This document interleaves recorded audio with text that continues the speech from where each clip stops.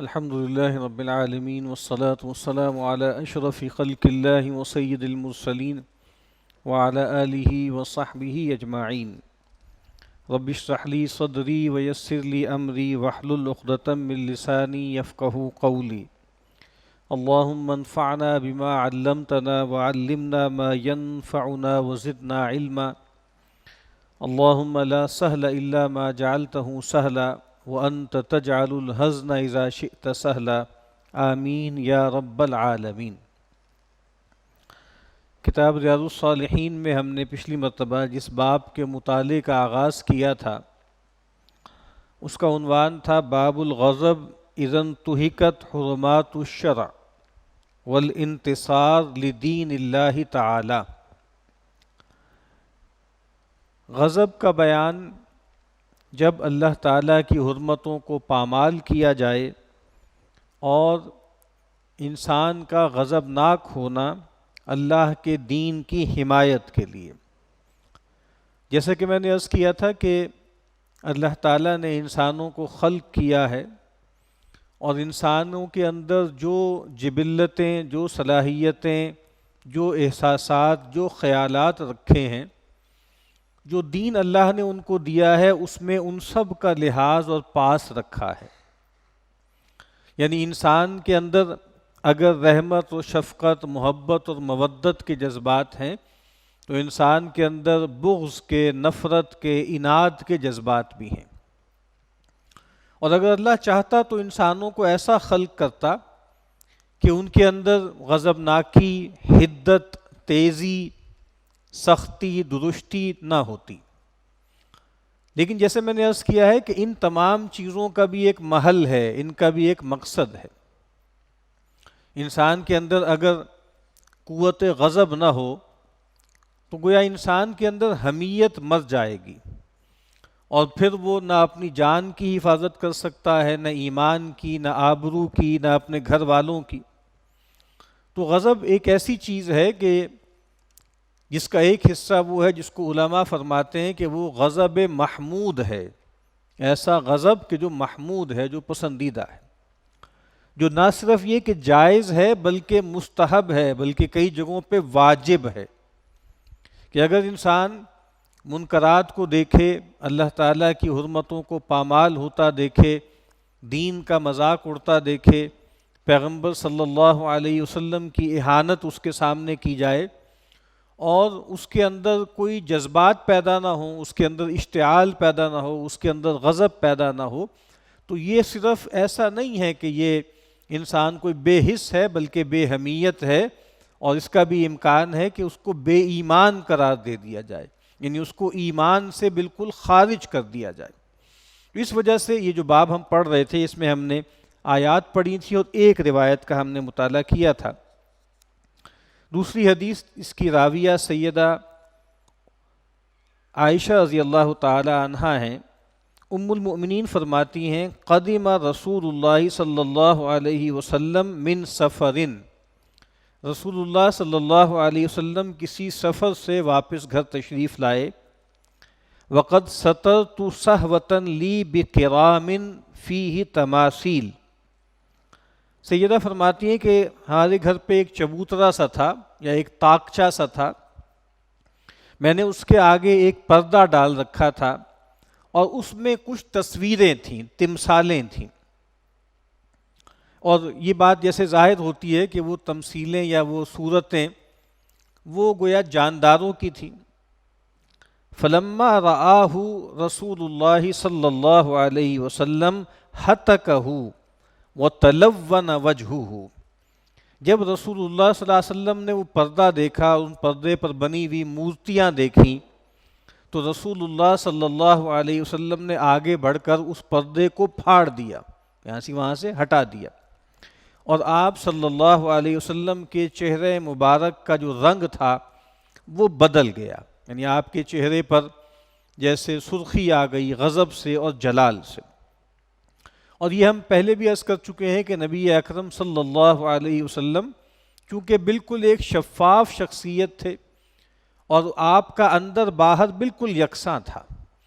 یعنی وہ کچھ لوگ ہوتے ہیں کہ جو اداکاری کرتے ہیں، کچھ لوگ ہوتے ہیں جو اپنے آپ کو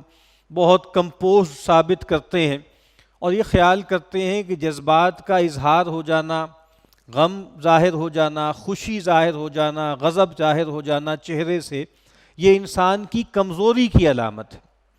تو رسول اللہ صلی اللہ علیہ وسلم کا معاملہ ایسا نہیں تھا۔ جب آپ صلی اللہ علیہ وسلم کو فرحت ہوتی تھی، خوشی ہوتی تھی، وہ اثرات بھی آپ کے چہرے مبارک پہ ظاہر ہو جاتے تھے۔ جب غم کی کیفیت ہوتی تھی اس کا بھی اظہار ہو جاتا تھا، اور جب غضبناکی ہوتی تھی تو وہ بھی ظاہر ہو جاتی تھی۔ تو آپ نے وہ پردہ پھاڑ دیا اور آپ صلی اللہ علیہ وسلم کا جو رنگ تھا وہ متغیر ہو گیا چہرے کا، اور آپ نے فرمایا یا عائشہ، اے عائشہ، اشد الناس عذابا عند اللہ یوم القیامہ الذین یضاہون بخلق اللہ۔ آپ نے فرمایا کہ عائشہ، قیامت کے دن اللہ تعالیٰ کے ہاں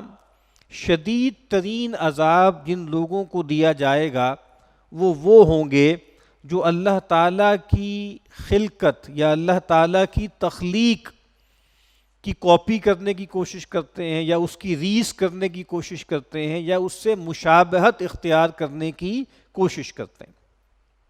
یہ جو تصویر کا مسئلہ ہے، خاص طور پہ جانداروں کی تصویر، تو تصویر کا ایک پہلو تو آبجیکٹیو ہے، آبجیکٹیو ان معنوں میں کہ جو تصویریں بنائی جاتی ہیں ان تصویروں کے اندر کوئی ایسا معاملہ ہو کہ جو منکرات میں سے ہو، جو شریعت کے خلاف ہو۔ مثال کے طور پر ایسی صورتیں ہوں جو شرکیہ ہوں، یا ایسی تصویریں ہوں جن کے اندر فحش کا پہلو پایا جاتا ہے۔ یہ تو ایک پہلو ہے کہ بھائی وہ چونکہ آپ کو معلوم ہے کہ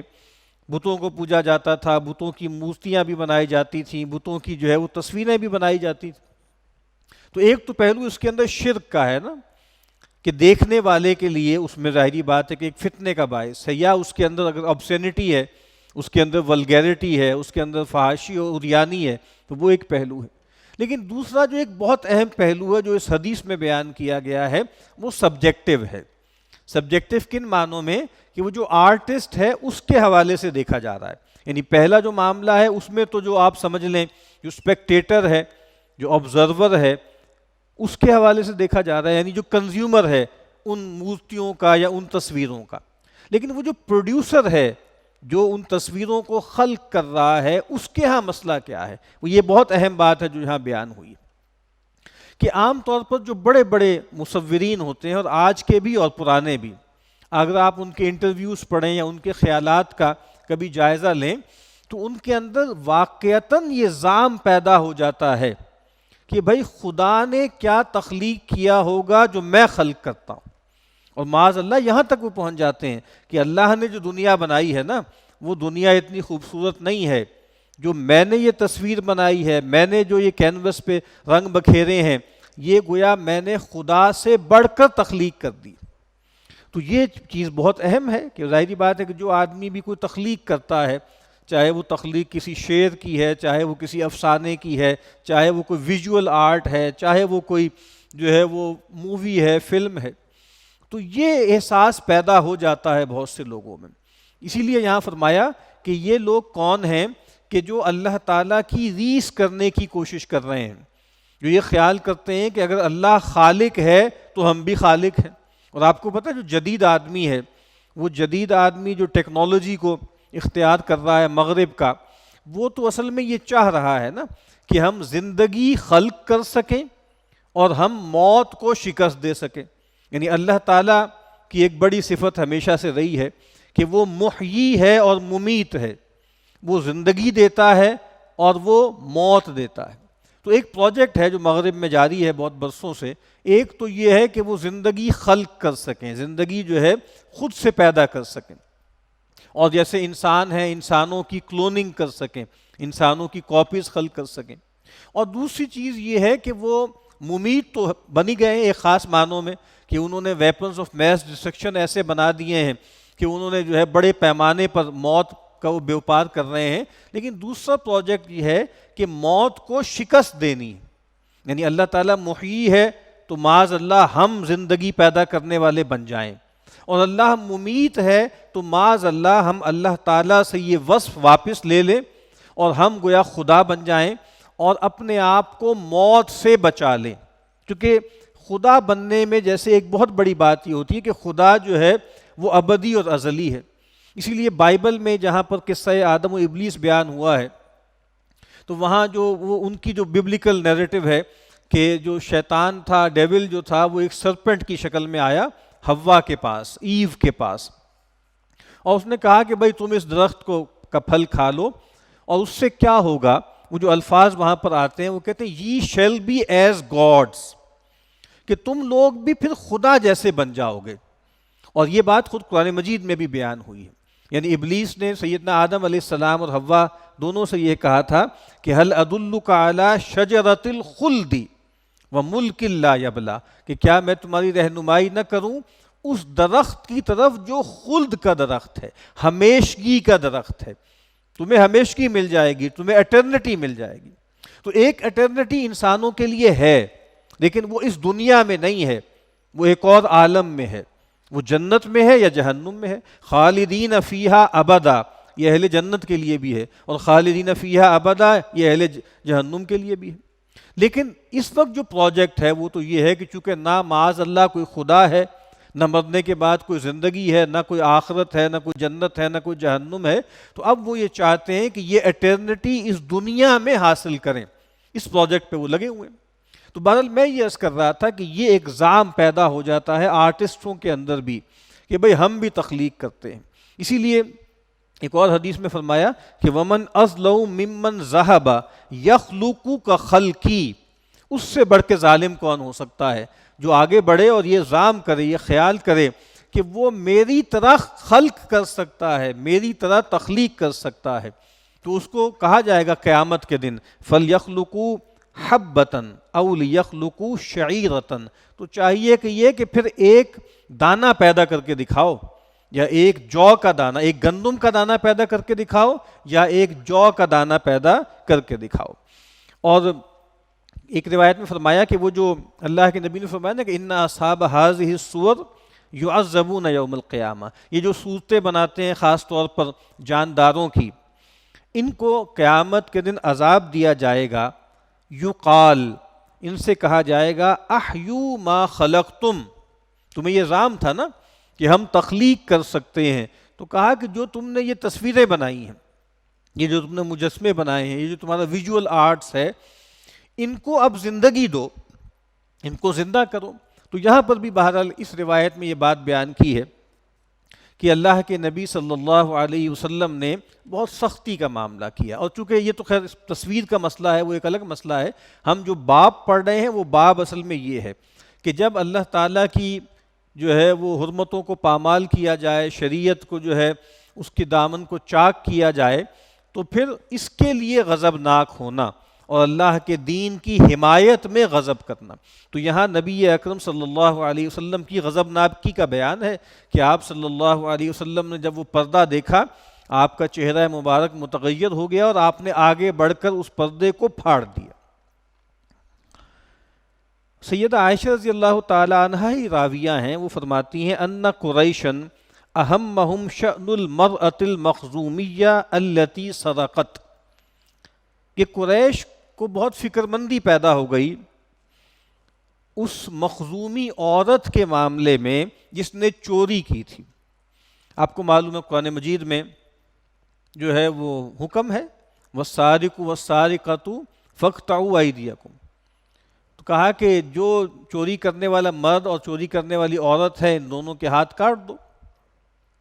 تو ایک مخزوم، بنو مخزوم ایک بہت بڑا قبیلہ تھا اور اس کی کوئی سربراوردہ خاتون، بڑے اونچے خاندان کی کوئی خاتون تھی جس نے چوری کر لی. تو اب قریش کو یہ پریشانی لاحق ہو گئی کہ اب اگر یہ مطالبہ کیا جائے گا شریعت کے اقتضاء کے مطابق کہ بھائی جو ہے اس کا ہاتھ کاٹا جائے، اس کو پیش کیا جائے، تو وہ پریشان ہو گئے کہ بھئی کہیں ایسا نہ ہو کہ یہ قبیلہ کوئی جو ہے بیک فائر کر جائے، اگریشن کے شکار ہو جائے، کوئی ارتداد کا جو ہے وہ شکار نہ ہو جائے، کوئی اور جو ہے وہ جو ہے کوئی لشکر کشی نہ کر دے، کوئی انارکی کا مسئلہ پیدا نہ ہو جائے. تو انہوں نے آپس میں مشورہ کیا، من یکلم فیہا رسول اللہ صلی اللہ علیہ وسلم، تو انہوں نے کہا کہ بھئی کون ہے جو ہمت کرے کہ اس عورت کے بارے میں رسول اللہ صلی اللہ علیہ وسلم سے کوئی بات کرے، کوئی سفارش کرے، کہ کوئی نرم ہاتھ رکھا جائے، کوئی رعایت کی جائے۔ فقالو، جو مشورہ ہوا تو لوگوں نے کہا، من یشتری علیہ الا اسامۃ بن زید حب رسول اللہ صلی اللہ علیہ وسلم، انہوں نے کہا کہ بھئی کون ہمت کر سکتا ہے، کون جرأت کر سکتا ہے اس بات کی کہ وہ شفاعت کرے ایسی مجرمہ کا، سوائے اسامہ بن زید جو رسول اللہ صلی اللہ علیہ وسلم کے گویا محبوب ہیں۔ یعنی اسامہ بن زید وہ ہیں کہ جن کے والد بھی رسول اللہ صلی اللہ علیہ وسلم کے محبوب تھے۔ آپ کو معلوم ہے کہ اللہ کے نبی صلی اللہ علیہ وسلم نے جب ابھی متبنہ بنانے پر پابندی نہیں لگائی تھی تو اللہ کے نبی صلی اللہ علیہ وسلم نے ان کو اپنا بیٹا قرار دے دیا تھا اور کہا تھا کہ بھئی آج سے زید جو ہے وہ میرا بیٹا ہے، اور ان کو زید ابن محمد کہا جانے لگا۔ تو اس کے بعد پھر قرآن مجید میں باقاعدہ احکامات آ گئے کہ بھئی یہ کوئی چیز نہیں ہوتی، ادعوہم لیابائہم هو اقسط عند اللہ، بھئی یہ جو ایسے لوگ ہوتے ہیں جن کو تم بیٹا بنا لیتے ہو، لے پالک ہوتے ہیں، ان کو ان کے باپوں کے حوالوں سے ہی پکارا کرو۔ تو بہرحال وہ بھی رسول اللہ صلی اللہ علیہ وسلم کے محبوب تھے، اور ان کے صاحبزادے اسامہ بن زید گویا رسول اللہ صلی اللہ علیہ وسلم کی گودوں میں پلے ہوئے تھے، وہ بھی آپ کو بہت محبوب تھے۔ تو انہوں نے کہا کہ بھئی یہ اسامہ ہیں جو رسول اللہ صلی اللہ علیہ وسلم کے اگر ہم اپنا سلینگ استعمال کریں تو بڑے چہیتے ہیں، بالکل یہی لفظ حب رسول اللہ، کہ بھئی اللہ کے رسول کے چہیتے ہیں اسامہ بن زید، ان سے کہتے ہیں۔ فکلمہ اسامہ، تو پھر جب ان سے کہا گیا سیدنا اسامہ سے کہ بھئی آپ تھوڑی مہربانی کریں اور رسول اللہ صلی اللہ علیہ وسلم سے درخواست کر دیں، تو انہوں نے رسول اللہ صلی اللہ علیہ وسلم سے اس مخزومیہ جو عورت تھی اس کی بابت بات کی۔ تو رسول اللہ صلی اللہ علیہ وسلم نے فرمایا، اتشفع فی حد من حدود اللہ تعالی، اے اسامہ کیا تم اللہ تعالیٰ کی حدود میں سے کسی حد کے بارے میں شفاعت کر رہے ہو، سفارش کر رہے ہو؟ یعنی تمہاری جرأت کیسے ہوئی، تمہاری ہمت کیسے ہوئی؟ وہ چیزیں جو اللہ تعالیٰ نے گویا پرسکرائب کر دی ہیں، طے کر دی ہیں، متعین کر دی ہیں، اور ان کی گویا جیسے ایک طرح سے ہم کہیں کہ وہ لیگلائز کر دی گئی ہیں، اب ان کے بارے میں تم کلام کر رہے ہو۔ اور گویا آپ صلی اللہ علیہ وسلم جلال میں آ گئے۔ ثم قام فاختطب، پھر آپ کھڑے ہوئے اور آپ نے خطبہ ارشاد فرمایا۔ ثم قال، اور اس خطبے کے دوران فرمایا، انما اہلک من قبلکم، کہ اے لوگو تم سے پہلے لوگ اسی وجہ سے ہلاک ہو گئے۔ اور ہلاکت دونوں طرح سے ہوتی ہے، ایک ہلاکت فزیکل ہوتی ہے کہ ختم ہو گئے، برباد کر دیے گئے، عذاب کا شکار ہو گئے، اور ایک ہلاکت جو ہے وہ اخلاقی اور روحانی ہوتی ہے۔ تو کہا کہ تم سے پہلے لوگ اسی وجہ سے ہلاک ہو گئے، انہم کانوا اذا سرق فیہم الشریف ترکوہ، کہ ان لوگوں کا معاملہ یہ تھا کہ جب ان میں کا کوئی شریف آدمی، شرف والا، عزت والا، معزز آدمی چوری کرتا تھا اس کو چھوڑ دیتے تھے، سپیئر کر دیتے تھے۔ وَإِذَا سَرَقَ فِيهِمُ الضَّعِيفُ أَقَامُوا عَلَيْهِ الْحَدَّ، اور اگر ان میں سے کوئی کمزور آدمی، ماڑا بندہ، دنیاوی اعتبار سے مال اور جاہ میں کمزور آدمی جب چوری کرتا تھا، أَقَامُوا عَلَيْهِ الْحَدَّ، تو لوگ اس پر حد جاری کر دیتے تھے، سزا نافذ کر دیتے تھے۔ وَإِمُ اللَّهِ، اللہ کی قسم، اللہ گواہ ہے، لو ان فاطمہ بنت محمد صلی اللہ علیہ وسلم سرقت لقطعت یدہا، گویا آپ نے بہت جلال میں فرمایا، اللہ کی قسم، اللہ گواہ ہے، اگر فاطمہ بنت محمد صلی اللہ علیہ وسلم ورضی اللہ تعالی عنہا سرقت، اگر وہ بھی چوری کرے گی، لقطعت یدہا، تو میں اس کا ہاتھ بھی کاٹ دوں گا۔ تو یہ گویا ایک تو ویسے بھی اسلام کا جو قانون جزا و سزا ہے اور جو اسلام کا قانون عدل ہے اس کی ایک بہت غیر معمولی مثال کہ جو ڈسکریمنیشن کی جاتی ہے کہ جو طاقتور لوگ ہیں وہ قانون سے ماوراء ہوتے ہیں، جو ہے قانون سے بچ جاتے ہیں، اور جو کمزور لوگ ہوتے ہیں وہ قانون کی سزاؤں کی زد میں آ جاتے ہیں۔ تو نبی اکرم صلی اللہ علیہ وسلم نے گویا یہ بات بتا دی کہ قوموں کی ہلاکت کا سبب ہے یہ بات کہ انسان جو ہے یا کوئی قوم یا کوئی سماج یا کوئی پالیٹی، کوئی ریاست یہ کرنے لگے کہ طاقتور کو چھوڑ دیا کرے اور کمزور کو پکڑ لے، تو کہا کہ ایسی قوم پھر ہلاک ہو جاتی ہے، اخلاقی زوال کا شکار بھی ہو جاتی ہے، سیاسی اور سماجی طور پر بھی انحطاط کا شکار ہو جاتی ہے۔ تو بہرحال یہاں پر اس